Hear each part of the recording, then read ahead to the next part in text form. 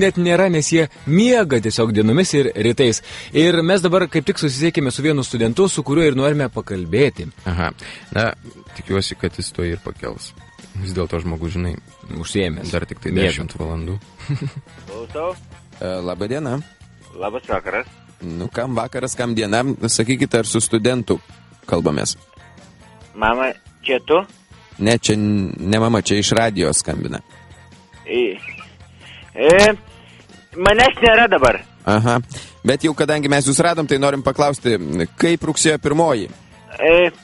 O kada buvo rugsėjo 1? Ne, norime paklausti kito dalyko. Ar jau įsiliejote į studentišką gyvenimą? Matote, mes dar tik pirmakursiai, tai dar neįsiliejom į gyvenimą. Bet jau greit įsiliesim. O jau rugsėjo 1 buvo? Taip, jau buvo. Kada? Nu, kada? Praeitą penktadienį. Atleiskit, negaliu kalbėti, reikia eiti į paskaitas man. Jo? O kokios paskaitos šiais metais, pavyzdžiui, Palaukit, ar įdomios? aš tuoj pažiūrėsiu, kur aš įstojau. Dabar palaukit 1 minutę. Į technikos inžinieriją. Įdomios, jo. Labai man patinka, aš moku, studijuoju, jo. Sakykite, o jūs žino tokią gerą patarlę. Mokslo šaknys karčios, bet vaisiai saldus. Jo, aš girdėjau. Bet mes pradėjom iš kito galo, mes dabar vaisius valgom, paskui šaknis vėliau kramtysim. Atleiskite, aš negaliu, ar man dabar dėstytojas klausia. Aš turiu miegoti eit. Rimtai?